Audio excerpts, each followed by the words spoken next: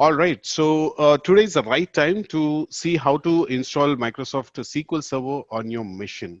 As I said, the very first thing we need to understand in terms of anything, even if you take your mobile application, before we install, we need to see whether your mobile is capable of taking this new software.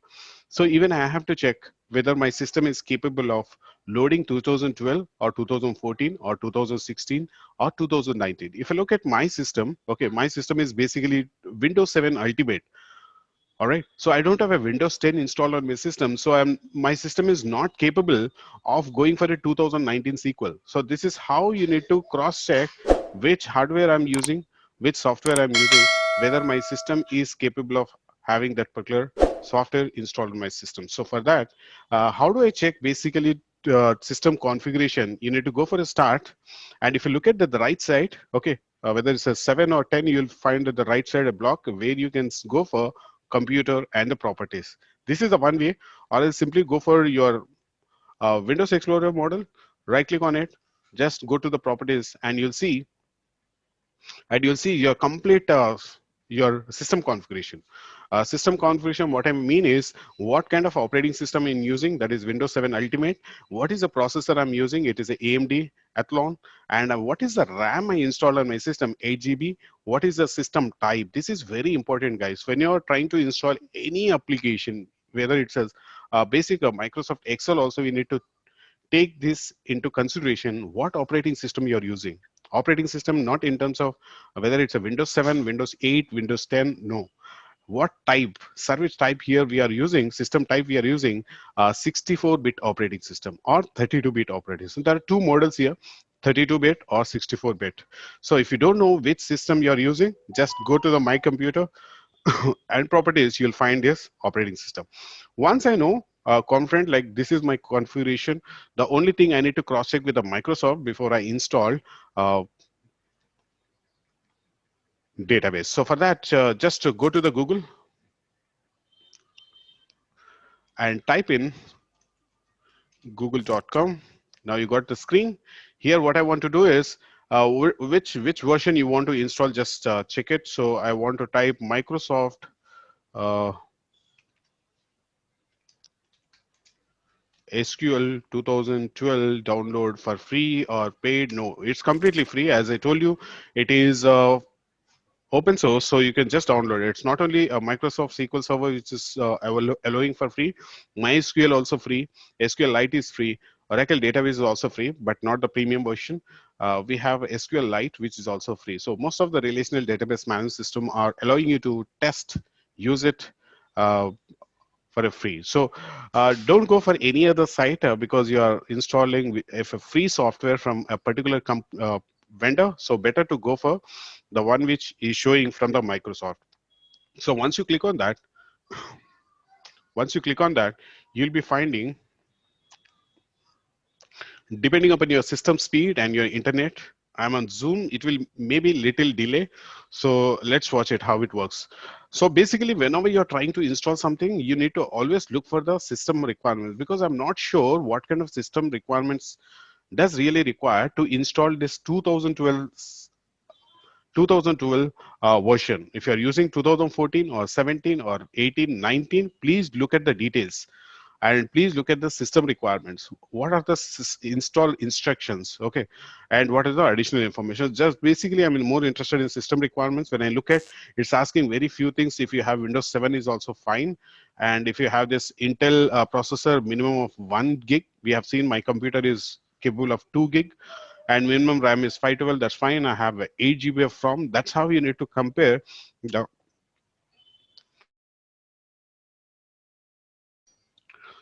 So that's how we need to compare what is the minimum requirement they are asking, whether I'm able to meet those requirements. The next one is hard disk space, 4.2 GB, at least they are saying, but if you're working with the extensive tables, at least minimum you should have a 10 GB of space where you can, we can load millions of data into your tables. So this is a basic requirement to load your system, okay, to load your application. So which language you are interested in? English. So just click on download. So once you click on the download, here the important factor which you need to check, as I said, on my computer, I have something called 64-bit operating system. That means I need to install only 64-bit, not 32-bit. So just scroll it. There are a lot of other tools also from Microsoft, so not to worry. The very important thing, what I wanted from here, SSMS, nothing but the client tool I require. So let me check it that, which is of 963.3 MB. Okay. Now at the same time, I require a database engine also. Why do you require a database engine? Let's go for a 64-bit. That is, yeah, it's a 64. You can see SQL Express underscore X64 ENU. 86 means not 86 operating system. 86 termed as a 32-bit operating system. All right. So be careful when you are installing what you want. So this is a one, and this is the last one. These are the two things which I require. And combinedly, if you see, it is a 1.2 GB file which you're trying to load.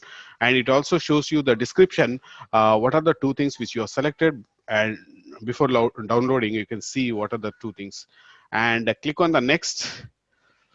Once you click on the next, it will start downloading on your machine as a two exe files. You can see my downloading is already started. There are two things on my screen. One is Express Edition, okay, and one is SQL Management Studio. SQL Management Studio is like just imagine as a client tool, and the SQL Express Edition, nothing but the database engine, which is helping you to create a database, create tables, whatnot, like all the operations which you are going to learn to help you to to just uh, work or start using these queries. We need this database engine, and once these two download it to your system, obviously most of the time your downloads are going to be in the download folder only on your desktop. Yeah, there are two still downloading.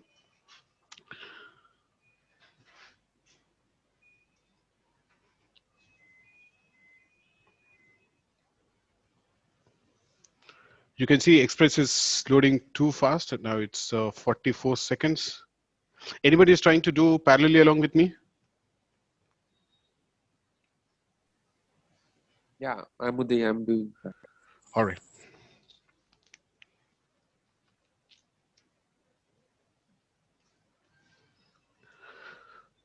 I repeat, just go to the Google and just type in Microsoft SQL Server 2012, 14, whatever which you are trying to download. Say download, that's it. Once you click on that, this is a screen where you land, where you need to select English as a primary language, then click on it. And the next screen, you need to be very particular, like 32-bit operating system or 64. So after that, we need to select two files here. One is Express Edition, which is nothing but a database engine. The next one, Management Studio tool, that is one. So overall, you are trying to download two files on your machine. So now you can see the first one is already over, so I can still wait for the second. You can go for the download and see what is happening here. All right. So this is clearly showing you SQL Express X8064. All right. So this is 303.168 KB. All right. So before running, we need to ensure that you're right clicking on saying not directly open, say run as admin. Okay. Click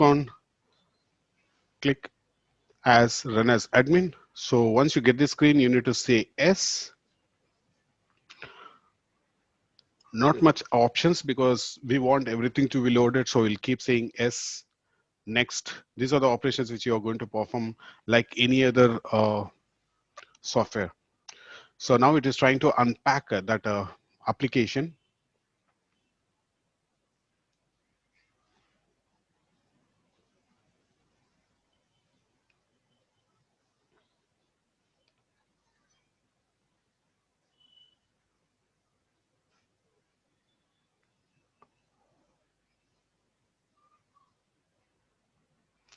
All right, completely depends upon your system speed. All right, it's trying to set up the process. Please wait, Microsoft SQL Server 2012 setup process in the current operation.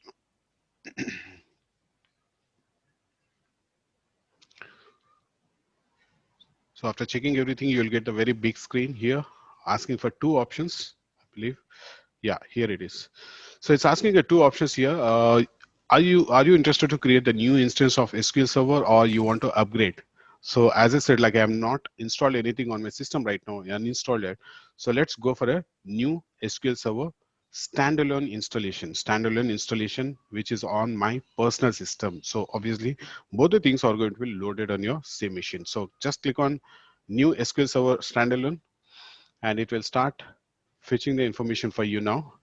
So these are the different options which it has to go through. First, it is trying to plan whether your system is meeting all the requirements or not. Then it is going for the installation, then maintenance, tools, resource option. Let's see what are the things I'm going to click in order to make this installation complete. Now it's trying to open all the supported files.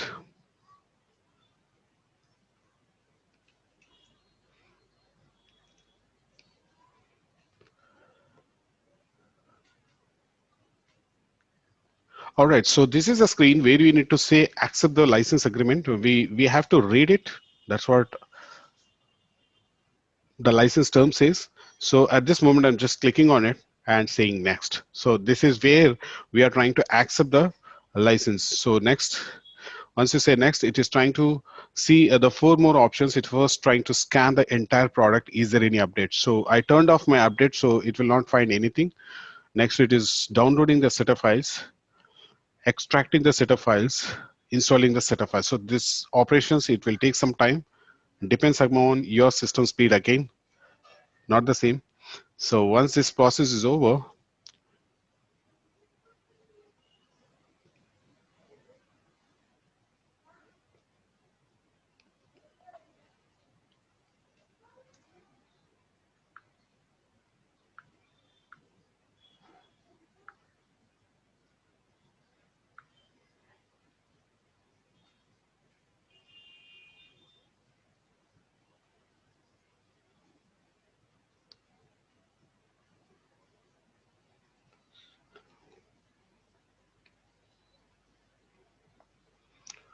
all right, so four more options is completed. If everything is fine, you are going to see this setup operations again, process again.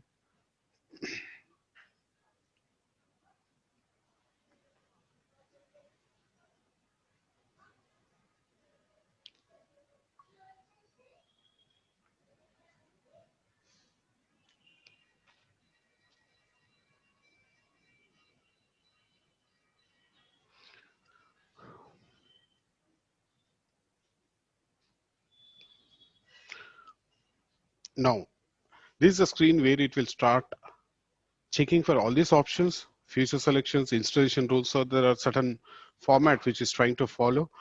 Here, don't select and select anything because everything is important. Okay, let's leave it everything by default and already installed. That means it is trying to understand what is there already in your system. We require this Microsoft .NET framework, which is helps this SQL Server to work efficiently. This is mandatory. By default, when you're trying to load your Windows 7 or Windows 10 operating system, it comes with .NET framework by default. If you don't have the latest one, it will automatically install it. Not to worry about it. So this is a place where I don't want to do anything here operations. By default, it's showing as a C drive. By default, showing as a C drive and say simply next. Don't touch anything here options because we want everything to be installed. So this is a place where the DBA can control whether you want only analysis services, or if you want only reporting services. This is where you can control it, but here we are not controlling anything. We are just trying to install as is the entire package. So it is checking the installation status also, and this is a place where most of us want interested to give our own names. Okay, this is a named instant because how your server name you wanted. Okay, I don't want anything, so I'm just going with the default instance. Default instance in the sense MS SQL Server is a default name of my server name is going to be. If you want to give your own name, you can just write down here. Otherwise, you go for the default one. Doesn't matter how it works. And the next one is a root directory. Don't try to change it because most of the applications when you're loading, it is meant to be loaded in the C drive only. So it is right now pointing towards the C drive. So let it be. Don't change anything here. So here there is a still choice what name you want to give. Otherwise, still okay.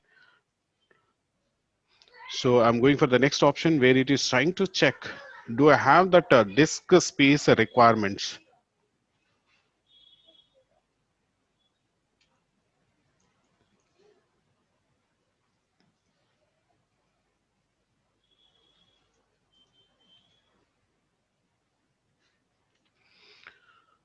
So anytime it can stop if at all, if it is not meeting your system requirements, whether it's a RAM or hard disk. So here again, it's trying to check two things here. Do you want this SQL Server database engine to be started automatically whenever you start your system? So please go with the default things. Don't try to change anything because this should be automatic only. Okay. In the collision, we don't have much to change anything, everything to be left intact. So just go for the next option here again.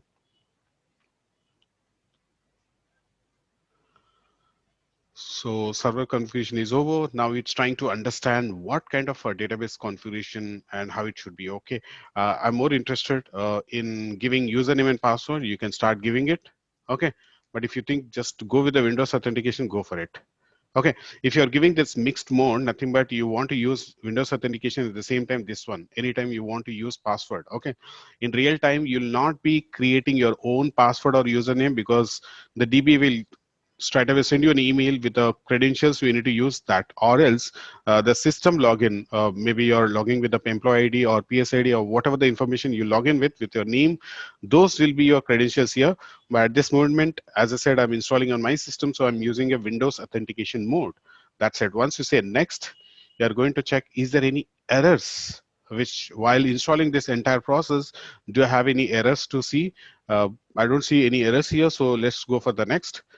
Now it is trying to configure the rules, how the workflow system should be, what are the default databases should be, what are the minimum requirements this SQL Server effect to run effectively. All this will be installed at this stage.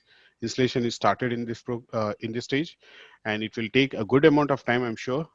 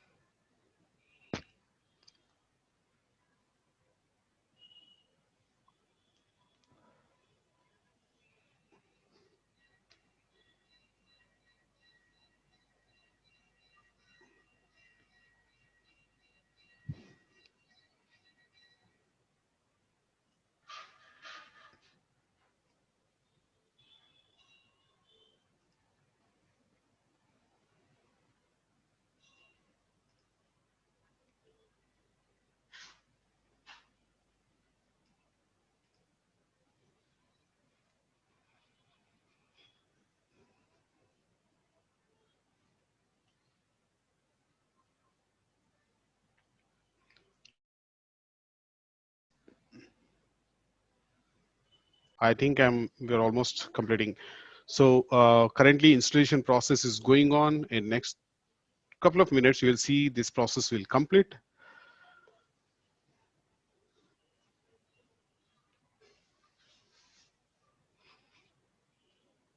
As I mentioned, there are two files being downloaded. One is a database engine related, which is primarily called as Express Edition.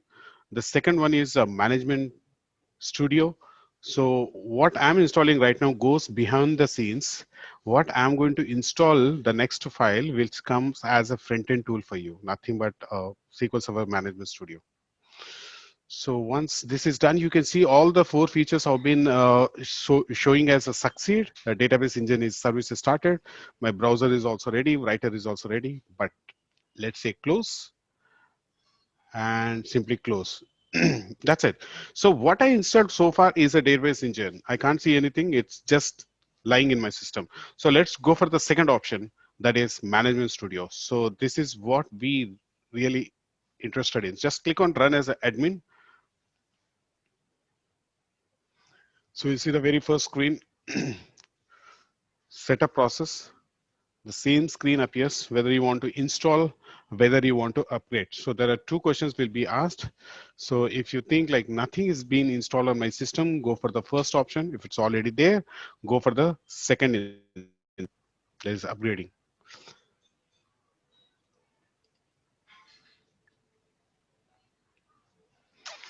Now it's trying to unpack the entire file.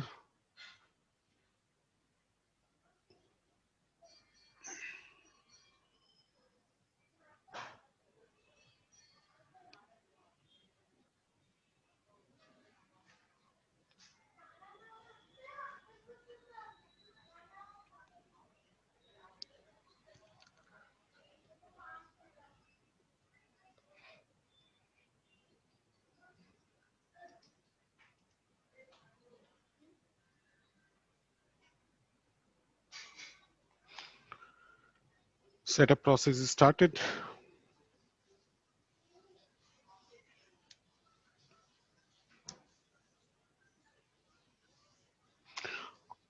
As usual, there are two options again, upgrade or new SQL Server installation. I'm clicking on the very first one. It again will start the setup process based on the selection you have made.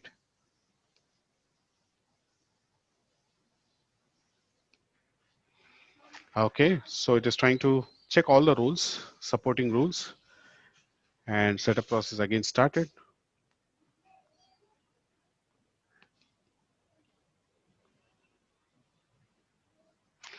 Okay, as usual, we need to accept the license here. Just say next. Here, I'm not selecting the second option. If you select this, what happens is it will try to any updates are there. It will try to update your system automatically. Just click on the next. At this moment, I'm not selecting the second option, and it's going with the same kind of process, even for the management studio, all the four options.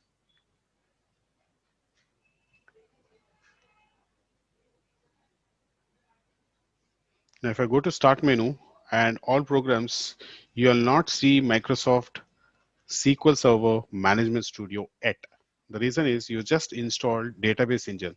So we don't have that option here. If you see very closely, I should be having some option here saying that SSMS that is missing because it's not yet installed. Once installed, you can find in the this particular category.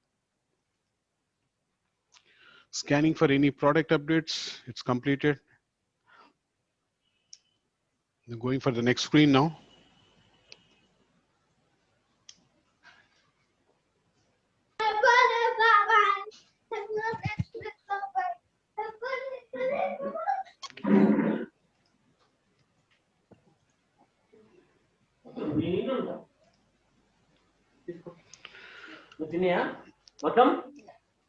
Guys, mute yourself.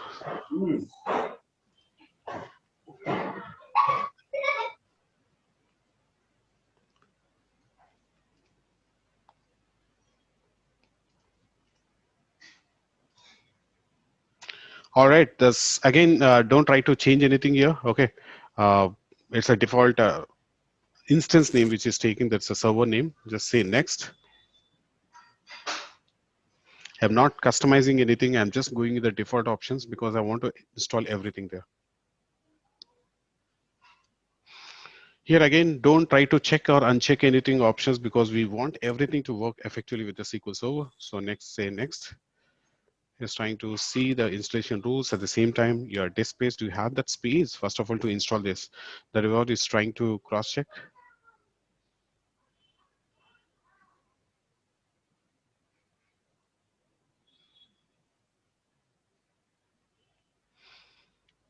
All right, so any error reporting, you can, if you want to see any error reporting, you can just click on that. You can go and visit that site to see the errors, but I don't see any errors here, so simply say next. Installation progress started, so it will take good amount of time.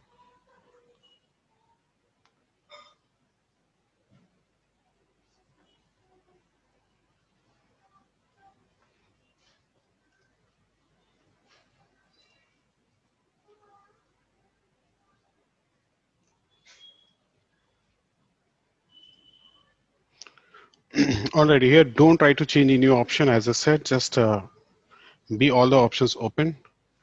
Say next. Trying to check some rules.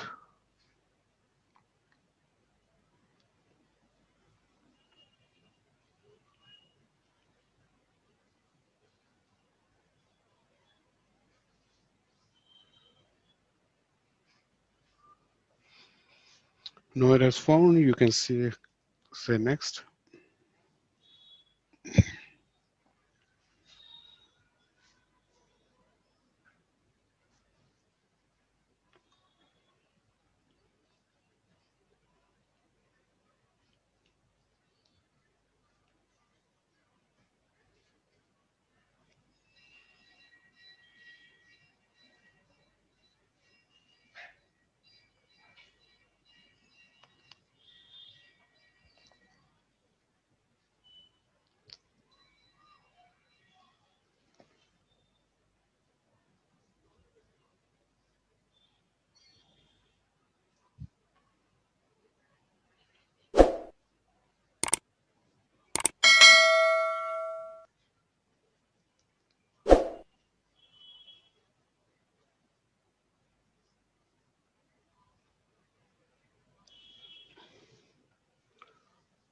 Okay. All right. So this is a completed screen of your SQL Server 2012.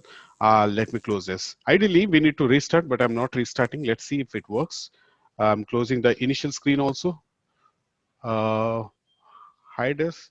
Now, if installation is successfully done, you should be seeing in the all programs 2014 folder, or sorry, 2012 folder, under which earlier it was missing, that is your.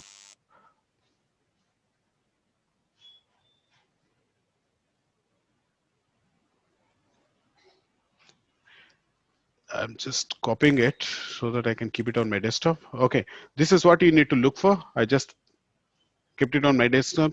SQL Server Management Studio. This is what you're going to find in the all programs, and whatever the version you have installed, under that folder you need to look for that Management Studio.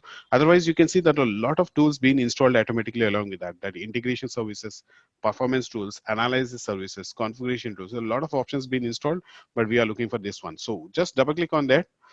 If installation is successful, you would be showing this the first screen and also the credentials.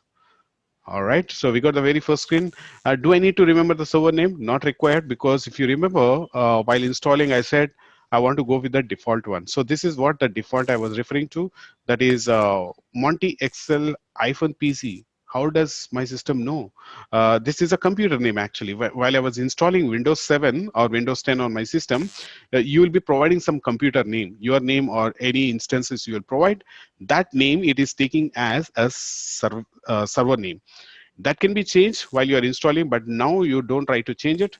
There are two options, as I said. You can go for Windows authentication or SQL Server authentication. When you select SQL Server authentication, you need to provide the username password which you might have given when you are installing. Okay, I'm not given, so obviously I'll go for the first option. That is Windows authentication. And the next, in the four options, I have all four options. You can see analysis, reporting, integration, and database engine. The very first one we are interested, that is database engine, is nothing but SSMS. Now just click on connect. If everything is fine on your system, you'll see the login screen will be passed and you'll get the screen right away. Excellent.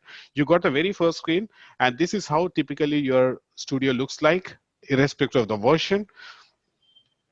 So this is a completely grayed out. So the first and foremost thing which we need is Explorer, some kind of Explorer where it can tell me what are the different things I can start creating. So for instance, if you go for your Windows Explorer, this is what I typically see for my Windows Explorer. So it will tell me how many drives you have, how many folders you have, in the each folder what files you have. Okay, this is a tree structure kind of a model which is trying to show me in the left.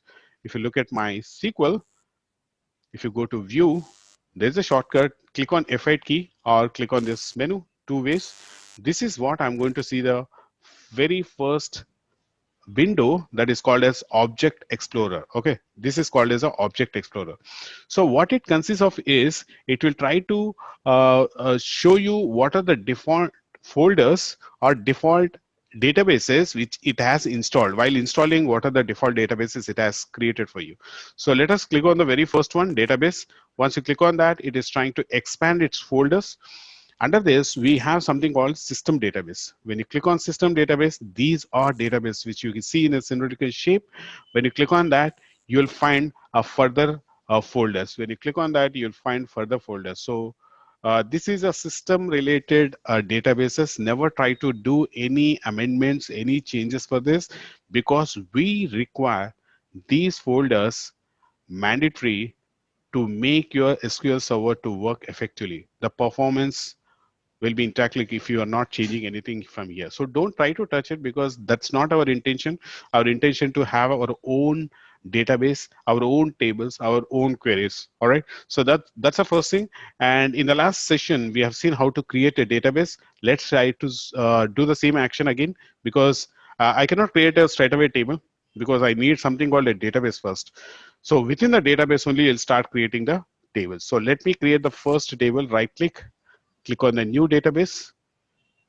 So this is which method I'm using. Two methods, right? GUI and CUI. I'm using the very first method, that is GUI, which is quite easy. Simply clicking options and giving the information.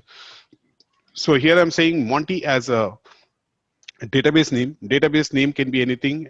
Please ensure, I'll tell you the what are the rules to be followed, but uh, the name can be anything here, and it will have two files will be created, as you know. One is MDT, and we have master database, and we have a log file. So if you see, I haven't created anything, and already it is trying to show me 1 MB it is going to take for this database. So that is a space which is allocated. So once you say okay, you'll be seeing Monty as a database. A new database is created under your database folder. So this is my database. This is a system databases. So never try to touch your system databases. This is my database. When I click on this, you will see a further folders. But actually, if you see, when I was creating a database, I have not mentioned anywhere I require all these folders. So as I said, these folders are mandatory for the effective functioning of your database. It will automatically try to segregate. Whenever you're creating any new table under this database, it will try to keep the table under this one. If you're creating any views, it will keep here. If you're creating any programs, it will try to keep all the things. Security, of course, we don't use. Storage, service broker. Okay. So let's come one by one here. This is a first database which I created, but I don't have anything in this. Anytime if I don't like this, or if I want to drop it or rename it, I can rename it. So very simple. Go to Monty 2 or Monty 1. Nothing but you have completely renamed the original status to a different status. Now that is the first action I've done. The second action, I've renamed it. I can simply delete as well. So nothing but you are completely removing from your system memory itself. So this is what I use, a very simple, smart way of doing your job. That is a graphical user interface.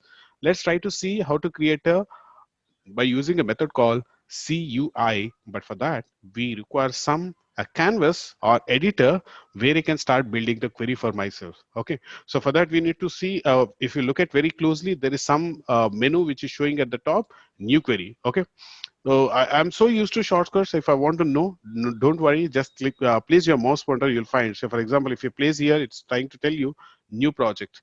If you try to place your mouse pointer, it's trying to tell you open files, and you need to use the Control O to open it. Very good. So when you click on new query, it's trying to show you Control N. That means by using Control N, you can simply invoke the editor where you are going to write the code. And please do remember that colors, because it's going to play a very, very important role. And at this moment, I want to closely observe one important thing, because if I'm working in my organization environment, at the top there is a dialog box which is showing a drop down box. I can say it is trying to tell me these are the databases what you have at this moment, and currently you are sitting in master database. Okay, so this edit is ready for me. I can increase the font size, decrease the font size. I can just use my control and mouse pointer. Anytime if you want to change in a different fashion, go at the bottom. We have something called increase to 400. Okay, whatever the range you want to increase, according to our site, you can increase it. I just made it to 400. All right. So this is the size which we wanted, and where we are going to build a query. So this is one editor, okay, one new query instance. But can I have one more query instance? Yes, obviously you can say some again, Control N, you can have one more instance. So that means you have a two instance now. You're writing some other project here, and you're writing some queries here to test. You can do have multiple instances. Okay, for now, let me use only one instance, because finally we want to see how to create a database or create a table. Okay, so very first thing, to create a table, as I said, we need to use a command called create. Already it start changing into a blue color. So now I understood there's no need to check with anyone. What is this blue stands for? Blue stands for, it's a keyword. So it's a command which is showing in a blue color. So I want to create something. Okay, so when you use this command, it has a capability of creating a database. It can create a table for you. It can create a procedure for you. It can create an index for you. It can create what do you call, uh, views. Okay, I'm using a different words, not to worry, just to make sure what this create can do. That is what I was trying to explain. But at this moment, let's understand create helps you to create a database. So for that, I need to say you want to create a database. So I'm saying create database space. I need to give such name which is not a keyword. So what does it mean, a keyword? Keyword is something which is already be taken by your Microsoft SQL Server. All right. So we cannot use keywords as your database names. For example, if I say database as my database name, it's not taking. It's again showing me in a blue color. So that means these are the default names which I cannot take, okay, which I cannot take again as a names. So always ensure that we are using a different name according to your process or as per your requirement, as per your business, you can start using the names. So basically, those who are with me in the VBA sessions, we followed certain guidelines to create a macro name or to create some variable names. We have certain guidelines, right? So here also we have certain rules here. Whenever you're creating a table name, whenever you're creating a column name, whenever you're creating a database name, whenever you're creating a procedure name, whenever you're creating a view, uh, anything for that matter, whenever you're creating some new object in particular SQL Server, you need to ensure that you're following certain guidelines. So the first and foremost guideline is you need to ensure your table name or all those things. So what I was referring, like column name, row name, database name, please ensure you're starting your name with always a alphabets. So what does it mean? Can I not start with the numbers? No, you cannot start your database name with the numbers. So you cannot have fancy numbers 123 database 1. No, you cannot have. But you can have at the end of database name, or you can have in between, doesn't matter. But the starting letter should be always your text. And second thing is you cannot have blanks. Blanks in the sense I want to create a database saying that my first database, that is my database name. But however, if you see, it is not accepting. First is a keyword, database is a keyword, my is not a keyword, of course, but this I wanted as a name. But unfortunately, it is not accepting. The reasoning, it has some spaces, right? My space, first space, there is a space. So why don't you just remove the spaces here so that it can be called as a single word and it can be created as a table? But still you're not happy, you want the same style, at the same time you want to have the database name to be have a spaces. Still you can do that, but that's a rule. You're not supposed to have a spaces. But still, if you want to have a spaces, is there any method through which we can achieve this? Yes. Maybe you can do other way around, my underscore uh, underscore database. This how you can simply smartly give your name. uh, but otherwise, if you still you're wanted to go with the space only, no problem. You can do one thing here.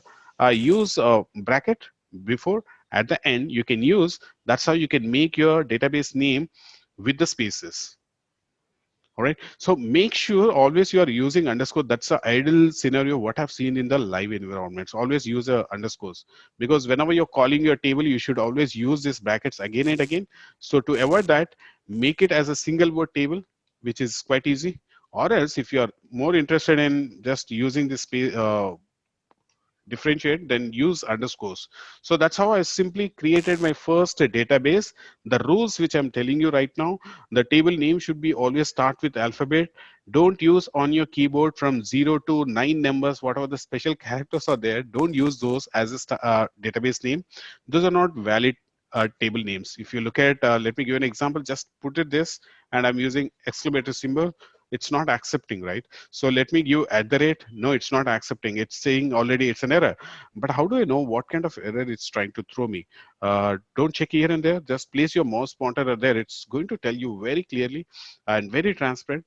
It's saying incorrect syntax name. This is not a valid name. As simple as that. It's trying to explain you. So make sure you are not using from your keyboard 0 to 9 numbers, special characters you're not allowed to use. All right. So uh, instead of just going in making in errors, so what you can do is simply follow a blind rule. Just give a proper name according to your project, according to your process. uh, make it as simple as possible. You can go for up to 256 characters of length of your name of your database, or length of table name or the column name. Okay, it applicable for the all. So that's how I created the very first one. Now let me do that magic. I need to run it. Okay, there are two ways of running it. As I said, either you can just click on the execute button here, or else now I just learned one more option. There is an option called FI key. So that means when I hit FI key on my system, I am going to run this query. So let's try to understand more in depth of this.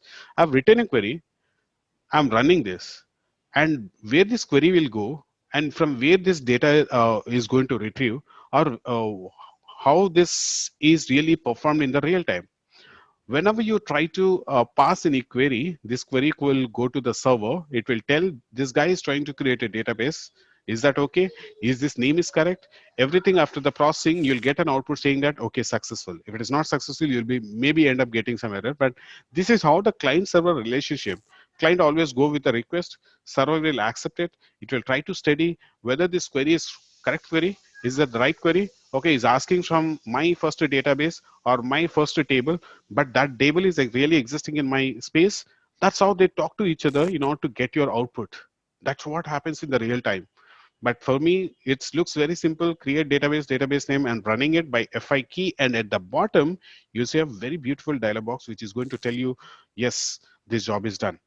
Okay, command completed successfully. That means my first database is successfully created on your screen. So let me see. Right now, can I see that first database? Okay, it's missing. The reason is you have created by using a CUI, graphical user interface. In case of a graphical user interface, the moment you create, it was showing up. But in case of a CUI, that is a character user interface, it will not show up immediately. We need to just say refresh, then it comes as your first database. Now I can see the first database is created, right? So after creating the first database, now I want to drop it. You can drop it. You want to rename it, you can rename it, which you have seen in the previous session. But I just want to see how to create a database. All right. Now, what if the database is already created and if can I run again? Let me see if I can do the test again. I'm running it again. You'll end up getting an error saying very clear error. So I want to do lot of errors to understand. Uh, I want to learn through the help of errors here. It's telling you database, my database already exists. So why you're trying to recreate? So what does it mean? You cannot have a same name having two databases or two tables. It's not possible. So always ensure that your database is unique, your table is unique, your column names are unique. All the time you need to maintain this uniqueness. You cannot have multiple tables with the same, multiple databases with the same. So that's how it works. This is what we have created. Let me create one more. This is database one. Don't try to hit F5 now. What happens is, this is the steps which we need to understand before we write a complex or simplest type of queries. Here, what I want to understand is, just now I learned you can use FI key to execute your query. But does that mean when you have multiple queries also we can use FI key? Yes, no. Let's see how it works. If I hit Fi at this moment, what will happen is it will first try to read the first line and it will think, okay, this is already existing, so let me throw an error. And it will go for the second query and it will try to check, is this database existing? No, it's not exist, so let me create a new one for this guy. So that's how step by step it will try to read all the queries and keep executing line by line. Okay, this is a row number one, this is a row number two. So that means it will come step by step. So if you're not interested to run the first one, don't use FI key because FI key will run all the queries. Still, I can use FI query, FI key to run using a shortcut. For that, you need to select the line. Please do remember, you need to select the line, the portion of the query which you want to run. Either you can click on execute or you can use the same shortcut, that is F5.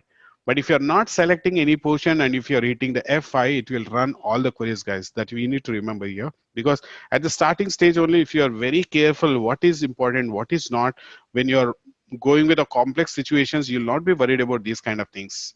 Okay, because by this time you'll be master in running. Okay, how to select a portion and run it. What happens if I hit F5 key all the way, all the queries will run. So you need to keep all this in the mind. So I've selected only one line, so I'm expecting database created, that option should come up. I mean successfully, command successfully done, not the error. So let me run that F5 key. Now I got only one, But if I use FIQ, what would have happened? I would have got the first one line error, second one successful. So I don't want to run all. So it also improve the performance of the server, because server means what? Like there are many of clients who are trying to penetrate that server, trying to access the tables. So in order to save the performance or to improve the performance, not to make it uh, slow down, to improve the performance also, don't run all the queries. Just select the query which you really intend to run. Okay, if you're not interested in the first line but still you're running, it is nothing but you're putting a lot of weightage on the servers. This is what all the real-time scenario situations. That's how I created the first database. So all right, we have seen how to create a database, and we also understood we cannot have multiple databases with the same name. Okay, so that means you need to maintain that uniqueness in terms of creating a table or procedure or view, index, whatnot. Like whatever you create by using a create command, ensure that the object is not repeated. That's a very important note, and it could be an interview question as well. Can you have a multiple database with the same name? No, the answer is no. So we are beginning with the tables now. So what I'm doing here, I'm just writing creating tables. So why I'm writing this? This is only for your information and for my information what I'm doing here. Okay. So let me put indent here so that you can easily read it. So creating a tables. So this is only for you and me, not for the SQL Server. SQL Server will be least bothered to see these comments. It will not understand this, first of all. So only the blue color, black color, whatever the queries you are writing, those it will be understand. And one important note here, Microsoft claims that like when you are writing a SQL queries, always ensure that you are closing this line, with a semicolon. With a semicolon. What does it mean? This means I've started my query, I'm ending my query. So my query starts from here and ends here. That is what I'm trying to tell my query to my SQL Server. So some people claim still there is a debate whether we are supposed to use that colon or not. It's not mandatory at all. Okay, if you practice, start doing it, practice, it's very good, because you'll also have a clear understanding. My query is ended here, I'm starting a new query. So it's optional. At the same time, if you practice, it's well and good. So I'm starting with the tables. As we discussed, very much we discussed what is a table mean. Table is nothing but uh, basically it's going to have some piece of information about your company or your personal information, whatever it may be. And it's a two-dimensional, which is consists of basically rows and the columns. We are going for the basics again, because we are completely from non-programming background, and we are not software developers, right? Let's try to understand everything in detail, so that way, even if you're learning any new technology, it will be easy for you. So as I know, when I open my Excel, I know there is a table, and at the first row, I used to call it as a columns, and the rest of the information I used to call it as a rows. Okay, rows, columns, two-dimensional way. But typically, when you talk about this relational database management systems, these terminologies little bit change. Okay, so we need to understand how each thing is called. For example, table. Will you call still a table?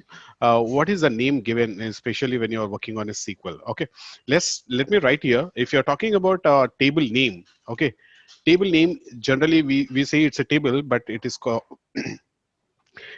as an entity. Okay, generally it is called as, let me put this way.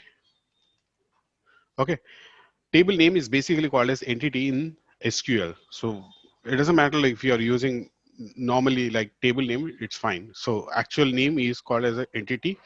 But when you talk about the rows, which we usually use in case of your SQL, Excel, it's not actually rows. In case of a SQL, it is called as a tuple. Okay, that's how you pronounce it, tuple. It's a rows, nothing but we know. The series of information what we have in Excel or anywhere, or in MS Access for that matter.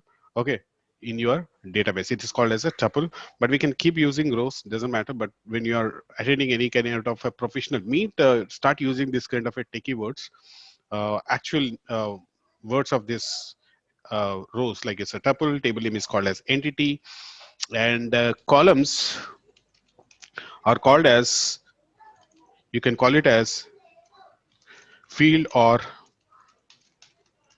attributes. Okay, so that's how it is basically called as table name as entity, rows as a tuples, column names as field or attributes. So it is really good intention whenever you're trying to talk to somebody, try to use these professional words rather than simply using a table name, rows, columns. That's the usual names which you typically use in technical word, but these are the actual names. All right. So on the top of your tables always sits something called your database, right? So database itself is a database, so there's no other name for it. It's a database. Database is a collection of tables, and table is collection of rows and columns, the piece of information which is a two-dimensional. So that's what we understood right from the beginning, and we understood the guidelines to be followed. My table database should not have any spaces.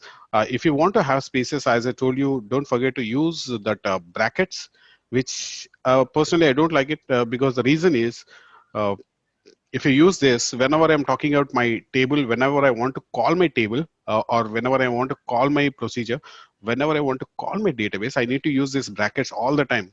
So instead, just don't use it. Rather, go for this as a single word or simply use it as underscores. That's quite easy.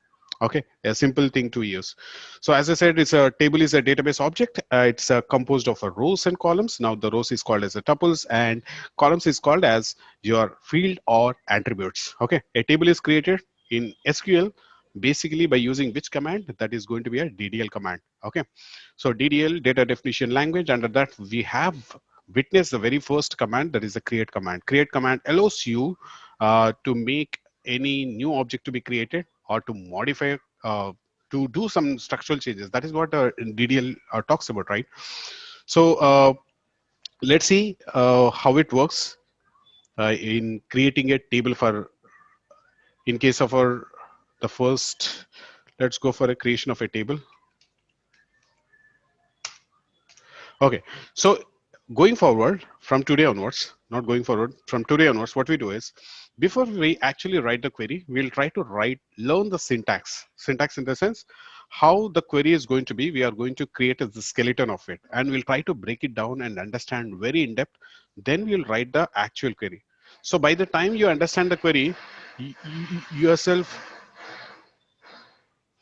by the time you understand the syntax, you will be in a position to write your own query without any knowledge.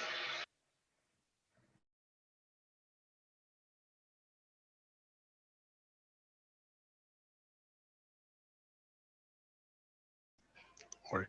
So let's try to understand the syntax of how to create a table. So the way we have seen the create database, actually the syntax goes something like this. It starts with create database, then database name. That's a syntax. So by looking at the syntax, now I can easily start writing my query, that is creating a database. Now in the same way, let's try to understand the syntax in case of your table. Now to create the table, what is the first thing we read is, you need a create command, right? Create command allows you to create a database or table. So the first one I'm writing as a table. Now I need to mention the table name. So create table, table name. Now you can still compare with the database, create database, database name. Excellent. So database doesn't have any rows and columns. It doesn't have any skeleton. It's a empty canvas, right? Under which you started building your own table. Okay. So I'll try to create a very simple table first to make ourselves comfortable in writing a query. Later on, we'll slowly move to how to create a complex queries and complex tables and join them together so that they can talk to each other forever. All right. So the very first one, create command, table, table name. After that, what I'll do is I'll try to open bracket. Okay. That's an open bracket. Again, I'm writing a syntax only here. This is not the actual query. Then I'm going to end a close bracket. So that's how your query starts and ends for the create table. So the create query then ends. In between, what I'm going to do is I'm going to mention my first column, the column which I want to create. Okay, the first column which I want to create. Later on, I want to mention the data type and also the size. Okay, a big question here. What is a column data type mean? What is the size? We'll talk about that. But let's see the syntax first. Next one is column 2. This is a column 1 and the database data type, and you're going to mention the size. and close it. I'm using, if you observe, like I'm using a comma separator to ensure that this column is different from this. This is the second column. I'm telling SQL, this is my first column, this is second column. This is how I'm separating that with a comma here. So let me go for the third column now. It's as simple as that. If you know how to create one column, the third column is easy. Fourth column, 100 columns tomorrow, the same one. Now I'm going for the fourth column. One thing you need to remember, for the fourth column, whichever the column which is ending, which does will not have this separated. That means you're not going to have this comma at all. So this is a whole skeleton of your data table creation, but there is something still missing which I'm not understanding. That is, what is data type and what is size mean. Okay, let me go for my Excel. Let's try to see to understand this better. Now, if I want to create a table in case of my Excel, what I do, I'll first try to create something called my column name, employee ID. Okay. Then I'll create EMP name. Then I'll create something called date of birth. Maybe I'll create something called salary. All right. So what does it mean? Employee ID always going to be something called a number data type, right? So it's kind of a number which you are going to insert here. So 1, 2, 3 is my employee ID. So this is a number. Number in general English language we use as a number. When it comes to a languages, we'll call it as integer. So please do remember, whenever you see a number, it's not number. When you are talking in technical terms, it is called as an integer. So it is called as an integer here. Okay, the next one is employee name. Here, if I write as a Monty, that is nothing but a text. Okay, but here I will not call it as a text, it is called as a string. String is nothing but a text. All right, date of birth. So let me say something called 23/11/1975, which is a date of birth, is called as a date format. It is called as a date format. This is called as a string format. And what is this salary? I said something called salary is 1000. This 1000 is a whole number. So it is again an integer. What if I want to show the salary, let's say this is bonus, but bonus I got something like 10,000 plus 500 something. Okay, 50. So it's nothing but I'm saying $1,000, 50 cents. So if you look at the first D column and the E column, if you observe, there's a difference, right? The first one is a whole number. It is talking about whole number. Okay, rounded amount, I can say. The second one is integer with some decimals, right? 100, $1,000, 50 cents. So this is a float number. Okay, not float number. Let me put this way, decimals. So the number which is having decimals, this is called as float. Okay, float is nothing but it's a kind of a data type which will have which we can hold decimals as well. Whereas if I create a data type with integer, that means it can never store decimals. It will always round figure. If I say 1000.505, it will consider as 1001. So that is what the integer is all about. Date is date. String is nothing but text information. String can also accept alphanumeric. Okay, it can also go for special characters. What you see on your screen, keyboard, 1 to 0 to 9 numbers. Shift if you start using those numbers. Ash, okay, exclamation, at the rate, okay, percentage, ampersand. These kind of special characters also we can just put in the string. So string has that capability of taking alphanumeric information, but integer, it not same case with the integer. Integer will take always integer only number. It cannot accept anything else. So this is how the we are going to identify, understand, because when you create a table, there are a lot of brainstorming happens, how each column should be identified, how each column, what kind of data type I'm going to give. Again, I'm using a data type, but still I'm not clear. Data type, that means I created employee ID as a column. What type of information I'm going to store in this? I'm going to store employee number. So obviously the data type is going to be integer. If I'm creating an employee name, I'm going to store only employee name here. If I have 1000 people, 1000 names, I'm going to store in this second column called employee name. So it is going to be a string data type. And I also want to register their date of birth or anniversaries in the third column. So obviously that is a date format. Date key will accept only date formats. Whereas salary, if you see, it is a rounded amount whole numbers, which is an integer data type. And this bonus is a float data type. This is showing along with the decimals. So before we actually get into creating this table, there is one thing which we need to understand very clearly. Uh, in SQL, if I'm learning SQL, I'm writing SQL in SQL Server. So what are the different data types? If I'm learning MySQL, what are the different data types? If I'm learning Oracle, what are the different data types? Now the question is, as you said, SQL is a standard language which we can use on all the different relational database management system. Yes, but at the same time, when it comes to a data type, it is different because every vendor they will have their own data type.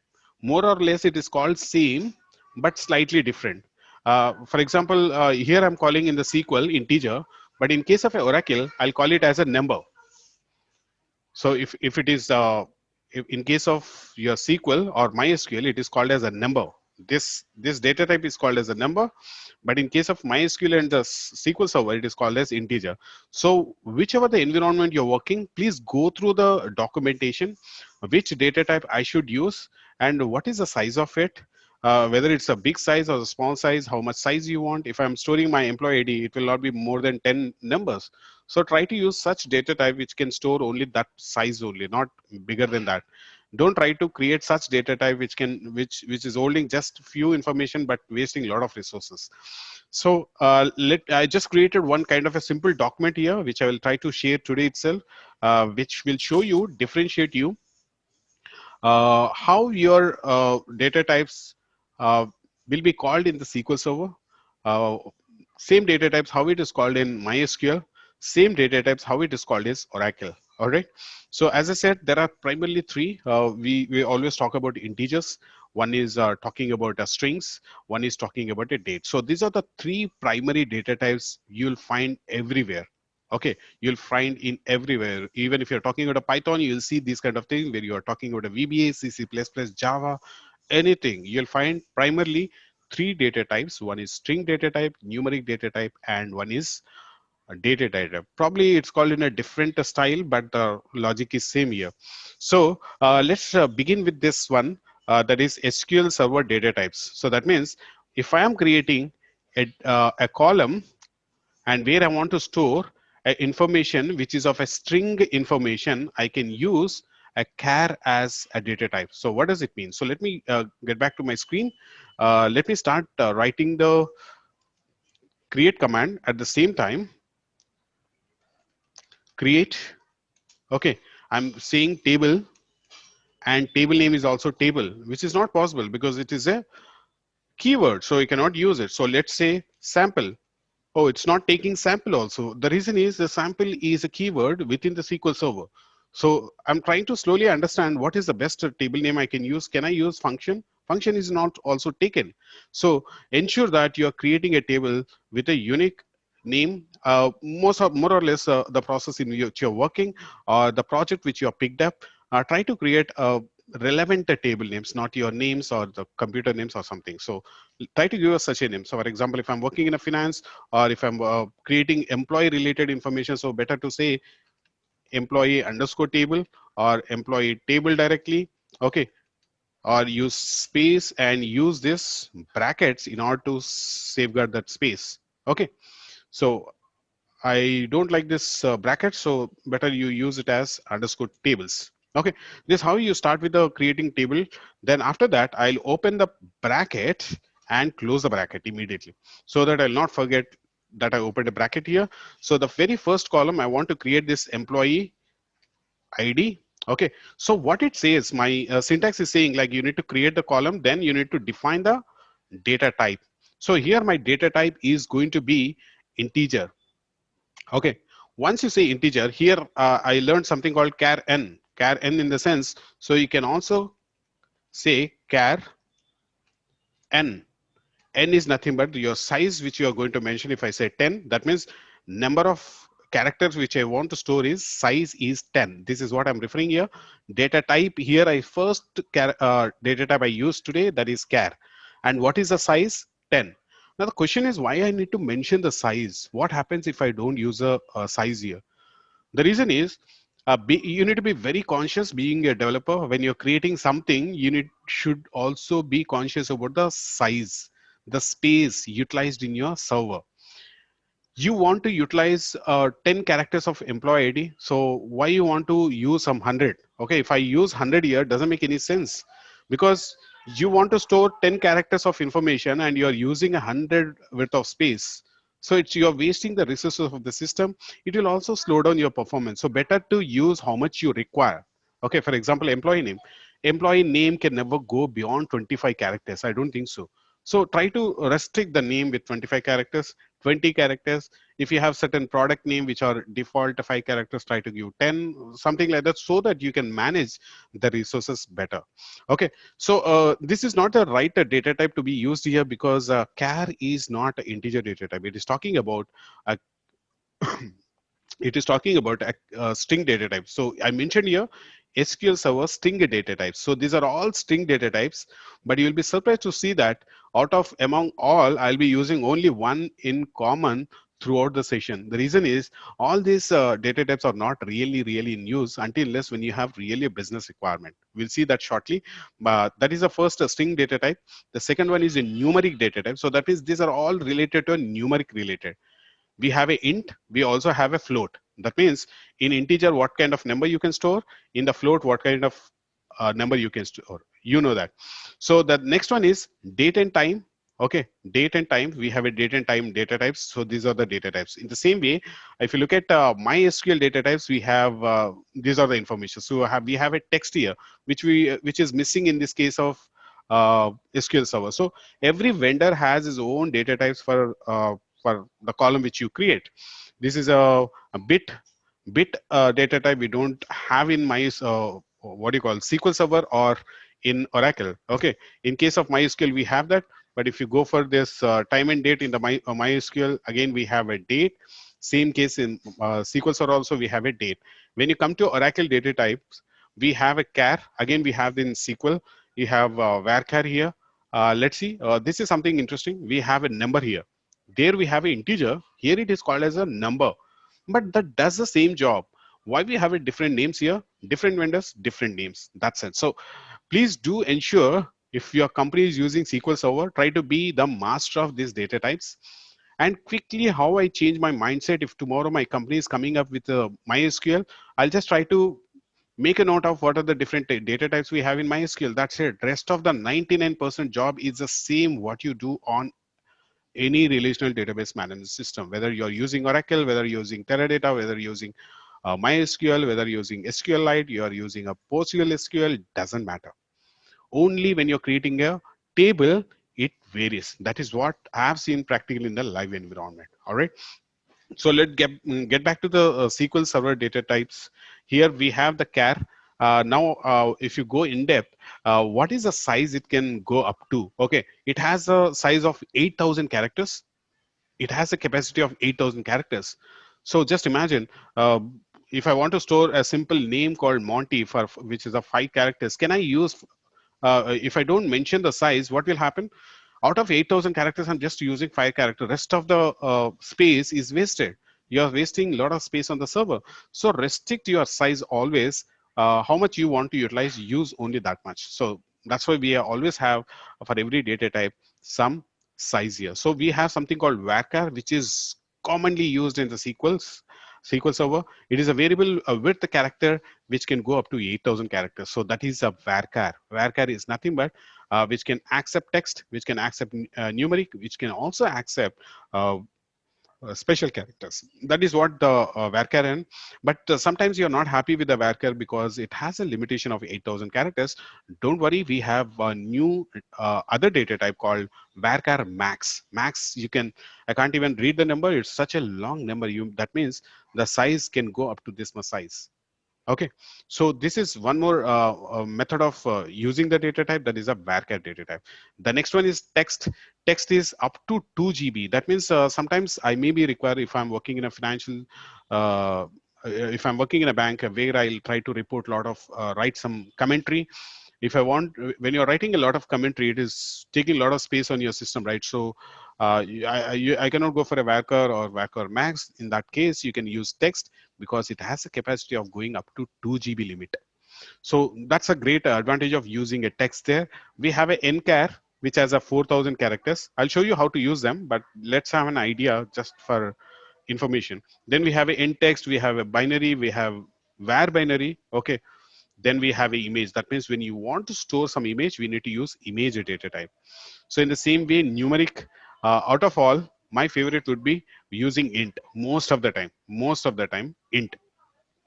But what if you are trying to store along with the number some decimals also, then my favorite will change, that is float.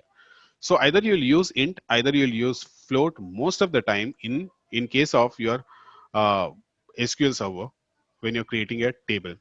The first one is also very interesting. That is a bit. Bit is also a data type which will accept Boolean value. Okay, let me use that word, Boolean. Boolean always stands for true or false.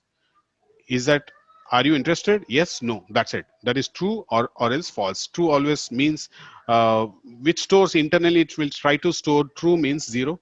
One stands for no. So that's how it will try to store. That's the bit information. And float, as I said, it can it is also very huge number, I can say. But if you look at the kind of storage it is taking, that is 4 or 8 bytes in the system memory. So the number is really big. You can see here that data ranges from what number to what number.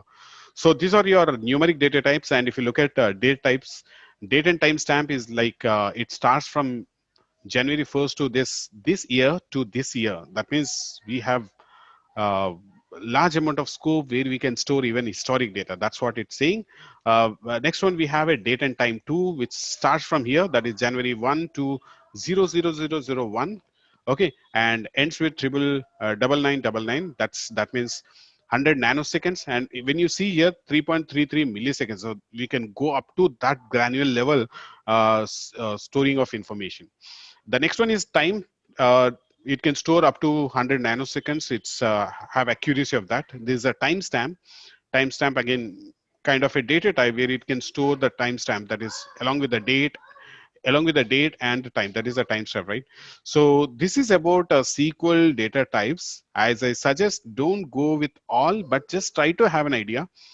If I look at my, if I take my experience after working for 3 or 4 years on the SQL, I've been using in the string data type. For example, let me come to the first one again. The first model is string.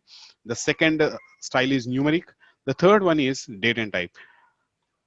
1,000 times I'll be using the varchar one, not even a varchar max. Why? I never come across that kind of requirement itself, because I'm always satisfied with the varchar. That's what my requirement is all about. All right. So I'll be use a varchar. If I'm storing employee name, I'll simply say, I'm sure, like my pretty sure that my employee name cannot cross 25 characters. So I'll use simply 25 there. Okay. If I'm going for some bigger information, then I'll specify 1,000 there. So varchar is still sufficient if you are going for a simplest to complex table, I can say. Max is very rarely used. We can still use it. It's just changing the data type from one data type to another data type. When I come to this numeric, I'll be using most of the time integer. As I said, if my business requirement is to store the along with the whole number, decimal as well, I need to go for the float. And when it comes to a date and time, straight away I want to use the date and time. Okay, because there are certain kind of functions in the SQL where you can convert this date and time into only month, only year, only day, or else only month, day, year, whatever the format you want, you can use functions and convert them. Though we have multiple options here: only date to store, only time to store, only timestamps to store, and here is the date and time. So that's how beautifully segregated all these data types. And here we have the MySQL data types, uh, and here we have something called Oracle data types. So these are more than enough. And please do remember, in case of a string, uh, character-based data types, we need to know what is a varchar. Varchar is nothing but various character. That's how it is pronounced actually. Some people say varchar, some people say varchar. So the full meaning here is variable, various characters, various characters. So why it is called as a various character? Because it can store numbers, it can store alphabets, it can also store special characters at the rate, exclamation, and star, open bracket, closing bracket. You can mix and match kind of a data also can be stored in case of a varchar. So that's all about the data types. Now I want to understand how important for me when I'm creating and where to use. So this document I'm going to pass, just go through it. Any questions, I will take it up. So here, let's see what is the data type. The best, you need to do a paperwork before you actually create a table. It doesn't mean that like later on, once you create the table, you cannot edit it. Yes, skeletons, always you can edit it by using a alter command. That's what we know. Okay, so employee ID, it should not be a character. I can simply use int here, right? So I'm using a comma here. I'm not using space size. We'll see why or a reason. Then I want to use employee EMP name. So I want to go for a varchar here. Varchar, which size I can go for up to 50, because some people name will be, uh, or you can go for a 25. It's up to you how you want to safeguard your space on your server. So always use a comma, otherwise it will not understand is it a single column name or it's a separate column name. Then we have something called salary, which is nothing but int, or you can use float actually. Okay, float. That's a one data type. Then I want to use something called bonus. Again, we can use float. So sorry. So when you are just created a table now. Okay, we can see that you are just created a table, and as I said, like it's not mandatory, but if you start practicing, it's good. I've created just like that the table, and it's looking so good. But can we really understand the table query here? It's not so easily readable. Now the question is, can I break it into multiple lines? Yes, SQL is so flexible, it will allow you to break it down into multiple lines. For example, create table, table name up to year one. Okay, very good. Then I want to break it down. I want to keep this like this. I want to, is it mandatory again? No, not really. It is just for reading purpose. Anyone, because whenever you create something, it's for someone else, right? So you need to ensure this is easily readable. Okay. So the way you have created the table now, you can see this is how the structure is being created. Now let me make it a little bigger. Yeah. So you created the first line, then you opened the bracket, you closed it, and you close the statement saying that my table is created. So that's how you can create int. Okay, one data type. You created one more column, and you're telling the SQL employee name is such a column where I want to store a data type called varchar. Varchar is nothing but a mixed kind of a data which I want to store. Salary is something where I want to store a int. Let's say int this one so that we can show. And the bonus is float. Okay, float is nothing but decimal point of information. So let me make it very simple now, for now, so that we can understand. So I want to learn with the errors. I want to make one error here. Let's see how to. You have just followed the syntax. I'm not really using my brain here. I just followed the syntax.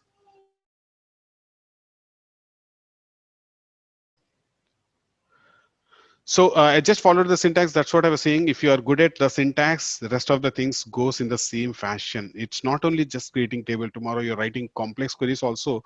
Start learning the syntax first, then execute the query. That's how it will be easy. So if you look at my screen is already filled up with few lines here. I have a create database, I have a create database, then I have a create table. So I'm not interested to use a FI key here. The reason is if I use FI key, what happens is it will try to run the first queries also. So I'm not interested. So let me just select the first portion and just click on FI key here. My command is successfully created. Excellent. So my first table is already created. Let me see when I run this, when I go to my face database and when I go to table, you'll see that your table is missing. You'll see your table is missing. It's not showing up. Is it a problem with the refresh? Not really. These are the real-time situations which you'll come across when you're working practically on the SQL. I created my table. And I also got the confirmation that your table is created. But if you look at your Explorer, your table is missing. Even if you refresh, I'm not able to see my table. Is it a problem with the refresh? Is it a problem with my query? Nothing. Everything is fine. But what went wrong? My table is not created in the database in which I'm expecting. Probably it has created in the system database. Let's try to take a look. Master. Okay. We have model. We have this. We have this. These are all the system data uh, databases, right? So if you refresh, you would be finding your table. Oh, why don't I have a table option here? Another temp database tables, temporary tables.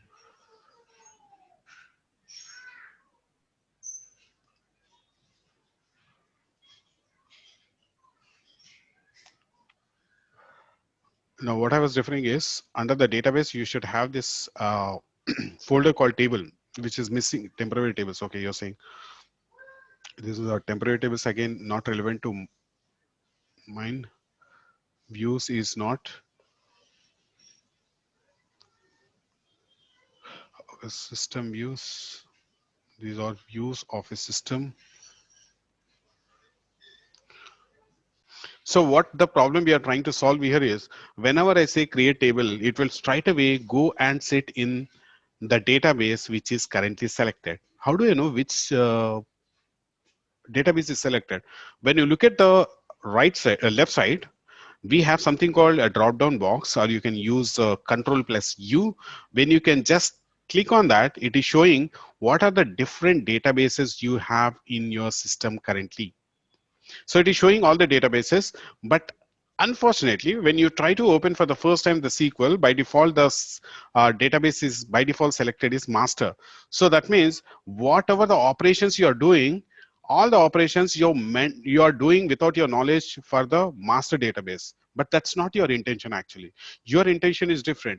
You have your own database. You want to do all those operations in your own database. So for that, you are going to learn one more new command called always at the top, at the very first line, start using this line to make sure you are working in the right database. So for that, you need to use a keyword called use, then use your database name. What is my database name? Okay, I forgot the spelling, not to worry. Whenever you try to start using your first few letters of your database, a beautiful dialog box appears in front of your screen, showing all the existing database starting with this letter. I just started with my. Okay, when I start underscore, if you have further database, it will try to show up. So I have my database, then I'm selecting my database here. That's it. Just use tab here, automatically the complete name will appear. Now, what does it mean? Why are you using this use my database? As I said, if you observe at the left one, it is trying to tell you that you are currently sitting in an environment called master database environment. You are not sitting in your database. You are sitting in a some other's database, that is a system database. So how do I change it? Either you can change it from here. Okay, you can change it from here. That means you are telling SQL, this is my database where I want to work. But otherwise, what I do basically, if you're writing any simple to complex queries, or if I'm writing a program in my SQL, the very first line I'll write is, I'll try to tell SQL, this is my database.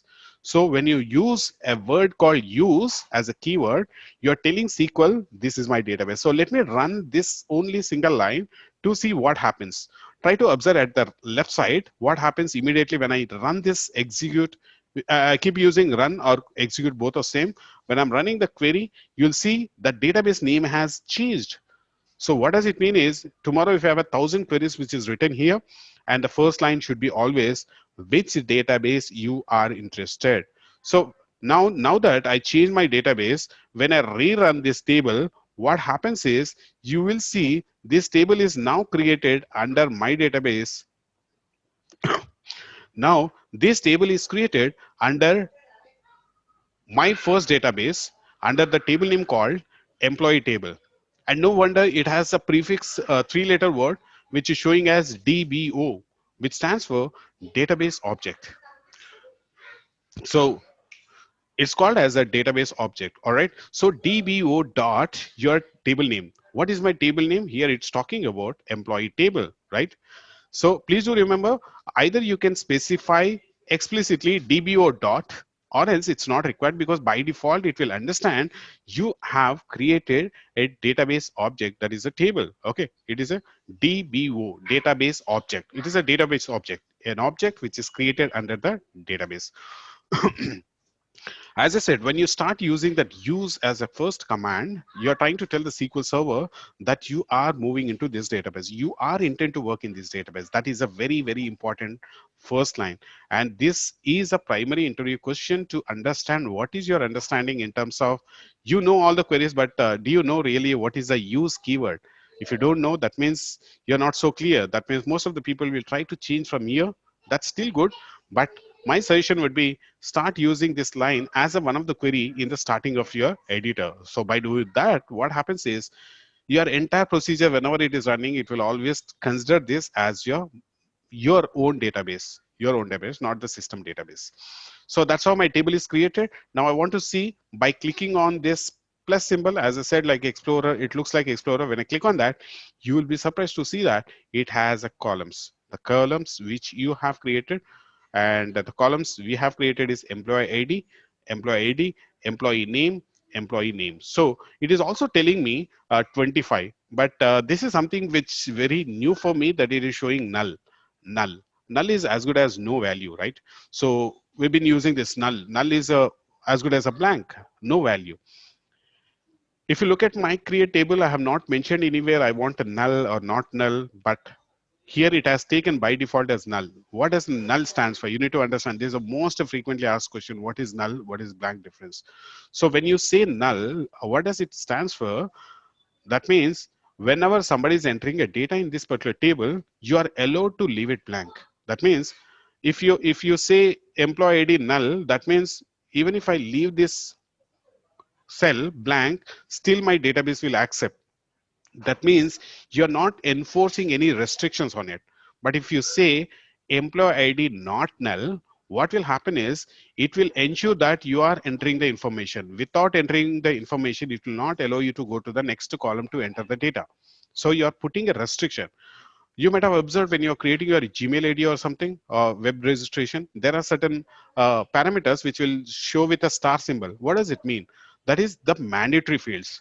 Without entering that mandatory fields, you cannot go further fill the form or register an email. Okay, so that's how it makes it important, this null, though I haven't used in my table. We'll go more extensively, but basic skeleton I want you to understand.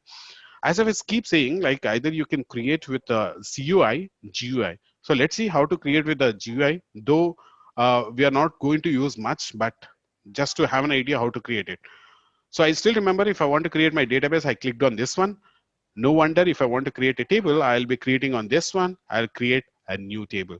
Once you create a new table, you'll see it's a graphical user interface. That means you will be writing very less code. You're not going to write much here.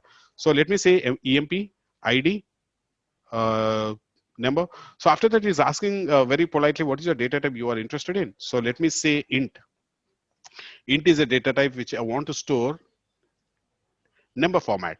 Here it is asking you allow nulls. Allow nulls, that means even if you're not entering any information in the employee ID, it will still accept the blank. But if I uncheck this, what happens is it will make this field mandatory for you to enter. Without entering, it will not allow you to go for the next column. So the next one is EMP name, nothing but I want to use varchar. Okay, varchar, it's already taken as 50, but I'm not interested. I want to make it 20 or 25. You can make it, and you decide yourself. Database designing is plays a very important role, because the way you create the database later on, the writing the queries or the output for your business, everything depends upon your database design and tables creation. So once I uncheck here, again I'm trying to make employee name is mandatory. For example, Aadhaar card, everybody is not having Aadhaar card. If I say passport, everybody might not have, so I cannot put impose there a condition mandatory it is to enter. Some people may not have, so there I can press this. For example, if I press this, what does it mean? That means even if you're not entering your passport number, it's still fine. So that is what it means. Allow null or doesn't allow. That is what, this is how, sorry, this is how quickly you can create your table. So easy. It's not taking much time. And for every data type, what you mentioned, you can read clearly the description, which we don't use this anyway. Graphical user interface, because we want to learn the things hard way, that is writing queries. What it is trying to tell you, those who are from background of MS Access, they know very better. For every data type, it was trying to show the general properties of this data type. It is trying to tell you it is an employee ID, it allows null, yes, no, that is what it's telling. What is the defaulted data type being assigned by the user, that is int. So once it is created, what I can do is I can simply close it. Okay, once you create it, you can simply close it, and it will ask you, do you want to save it, this table? Once I say yes, it will ask you what is your table name. So let me say employee underscore table. That's the table name one, let's say. Once I say okay, you'll see that the table is created for you. Okay, again, This is created by using graphical user interface. This is created by using a character user interface. Now, if you see both the tables are existing, there is no change in style of tables. Okay, the only thing is the way you adapted is different, but the table creation is same. That is, even it has the table columns. When you click on this, we have employee ID. And let me go for the second table.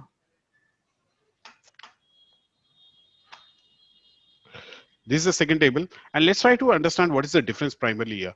Employee ID here also we have, there also we have, but there it is saying not null. In case of a second table, it's trying to tell you it is null. So this is very, very important word or keyword to understand null, not null. No, I'm sure, like pretty sure now by this time you understood what is null and not null. If I use not null, what happens? If I use null, what happens? Okay, so this is reinforcing a constraint. Okay, you're forcing a particular column to behave in a such manner. So if you want to have not null manually when you're creating, how to do that then? Simply use not, okay, null after your column name, after your data type, the third parameter should be not null. Is it really important? Again, I'm not sure. It depends upon the requirement. Whichever the field in your company you want to make it mandatory, please enter your social security number. Please enter your account number. These are all mandatory fields, right? You cannot escape from that. Without that, you cannot show your balance. I cannot show you the credit history.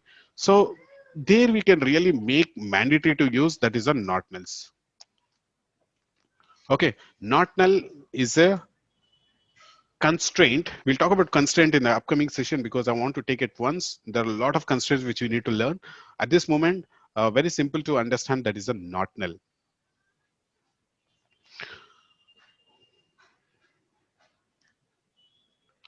And let me see the two ways here again. One is a graphical user interface and one is writing your own query. So the first one is quite interesting. Simply go to your employee table, which you have created with the design or you created manually. It doesn't matter how you created. So let me go for the first one, employee table. So once you say this is a new table, if you want to create, this is a design mode where you want to go it. But what you will do with going to a design mode, actually, let me try to differentiate it. I'll go to the height. I'll go to design. If I go to design, what I can do is here, I can do the structural changes only, not really inserting some data into that. If you see very clearly, it's showing the design, the outline, the skeleton of the table, but not really where I can enter the data. It's nothing is mentioned, right? So for that, you're not supposed to click on design, rather click on edit top 200 rows. That's how it's mentioned in the menu. Not to worry, just edit. Assume that edit. Once you click on edit, it will show you just like your Microsoft Excel, just like your Microsoft Access. It looks like the same data sheet, right? At the top, we have the columns, we have a rows here. So I said 1, here I said A, here I said 1000, here I said 2, here I said B, here I said 2000. That's it. I'm happy with the information. I want to go for one more, 3, C, 3000. I'm done with this. I'm closing the table. Did I save the table, by the way? Not really, because by default, what happens in the SQL Server, whenever you are trying to enter the information, it happens with the even MS Access, right? Whenever you're trying to enter the information, there's no need to save the table. But please do remember, when you're trying to do some structural changes, that means you have changed the data type, or you added a column, or you deleted a column, that moment it will ask you to save. But otherwise, when you're inserting the data, you're not changing the structure, you're just inserting the data. In that case, it will not ask you to save the data. So my job is done. I just inserted the data. Now, if I want to view the data, okay, without writing a query, guys, this is a very important thing. Without writing a query, I don't want to write a query. I don't know how to write a select query, because select query is a query which will help you to display the information which is there in the table. So for that, what you can do is right click on it and say select the top 10,000 1000 rows. You'll see magically it is going to write the query for you. Okay, this is a graphical interface, guys. So when it says select top 1000 rows, it will write the entire query for you right now, and also executed, and also written a script for you. I mean to say that comment on the top, right? So this is how the select query works. But we haven't discussed about it, so let us keep it aside for the moment.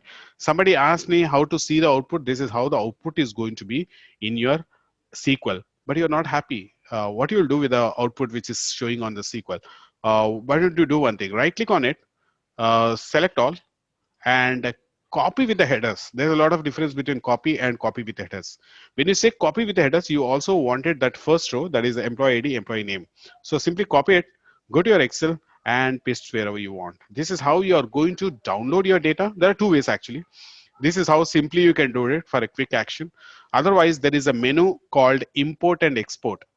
Export in the sense you want to download this millions of rows automatically into Excel. That is one way. Second way is I don't have much time, so simply right click, select all, copy it. This is the one way. Quickest way is copying and pasting in your Excel. Second way is using a menu option, graphical user option, where you can export this entire information uh, into your Excel. So this is something which I'm not written, so I'm not interested. Let's close this. Uh, because I want to write everything on manually, I want to understand. So you have seen graphically how you can insert the data. Now let's begin to insert data. I'll not take much time, 10 minutes. Insert data into table. So we have seen by using a create command, you can create. But now, what is a command I need to use to insert the data? I keep using the word insert. So insert is a command which you are going to use in order to insert the data into a table. Now, to use the insert command, begin with the insert, then we will start with the, let me start. Okay, so begin with insert. Okay, already started showing up in something in blue color, which is a keyword. Then when you want to create, you are using a create command. When you want to insert, you are using an insert command. Insert into what? The way we speak in general English, I want to insert into that. Okay, I want to put something into the box. So you are explicitly mentioning this. That's why it's called as an English like language, right? So insert into. Okay, into what? Into which table? So you need to mention the table name here. Do you have the table name? So my table is my underscore table. Okay, I don't want to write the entire thing. So let me start doing the smart work here. I just started my and I selected the database from this table. Okay, this is my database. Then dot, you can start using your table. Either you can start with your database, okay, and use a table name. That is one way. That is, let me put this.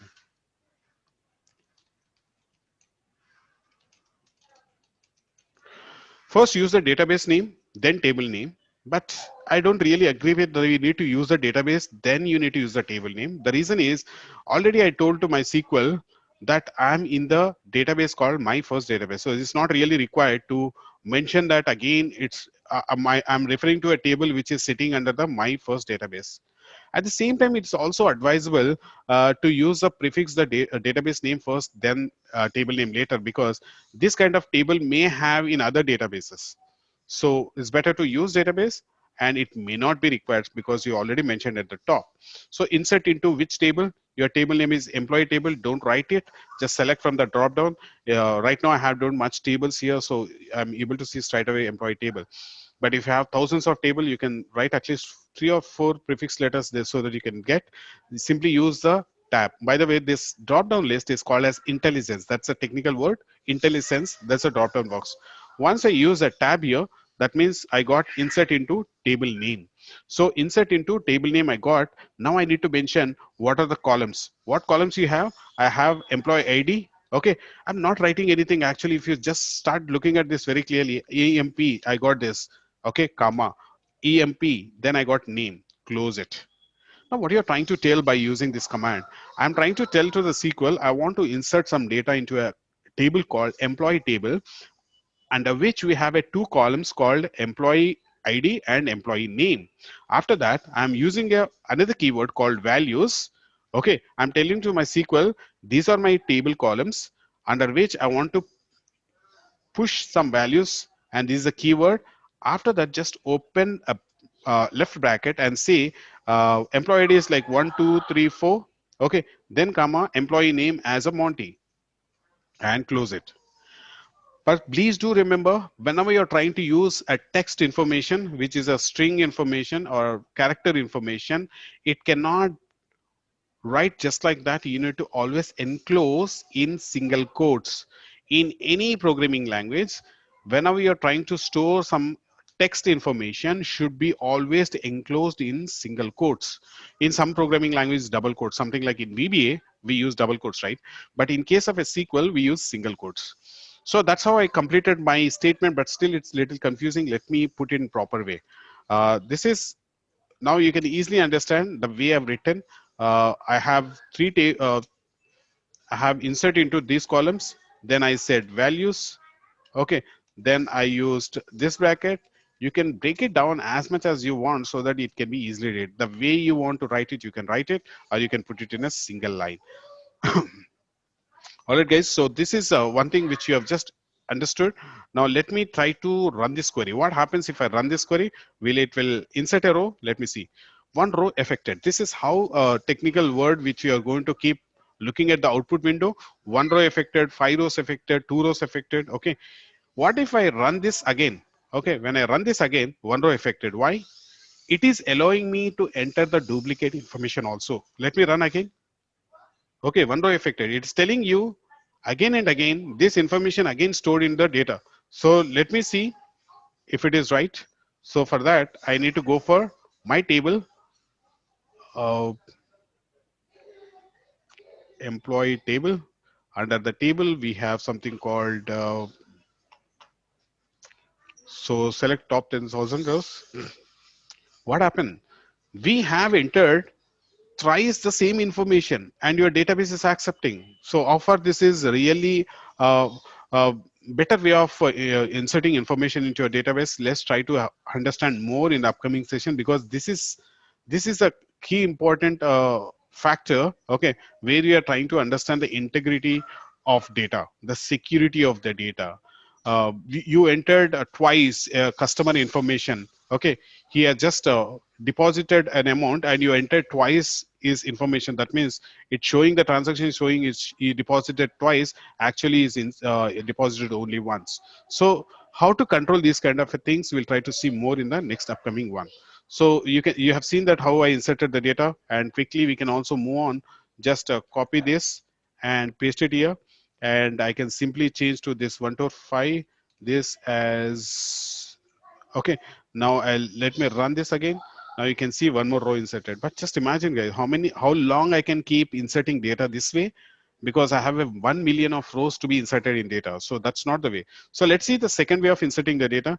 Why I'm using the column names? Don't you think the SQL already knows that it has a two uh, uh, what do you call these tables, but still we are writing. Okay, in the first case I've written the column names and I'm specifying the values.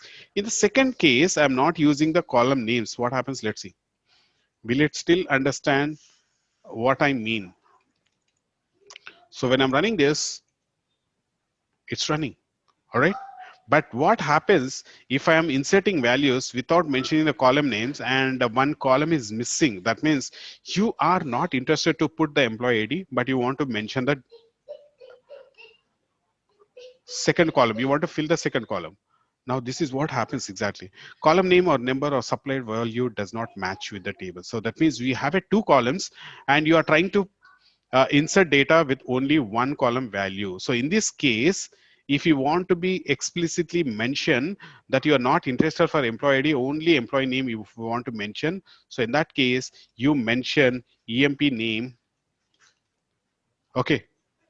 So you're going to say insert into employee table, then you're going to say the column name, then the values, then you're going to mention your, this is how you are going to put the column name, then the value. When you're not interested to fulfill all the column information, that's how you can write.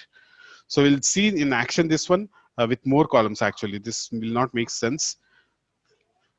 And we also see how to insert multiple rows at the same time by using the same command.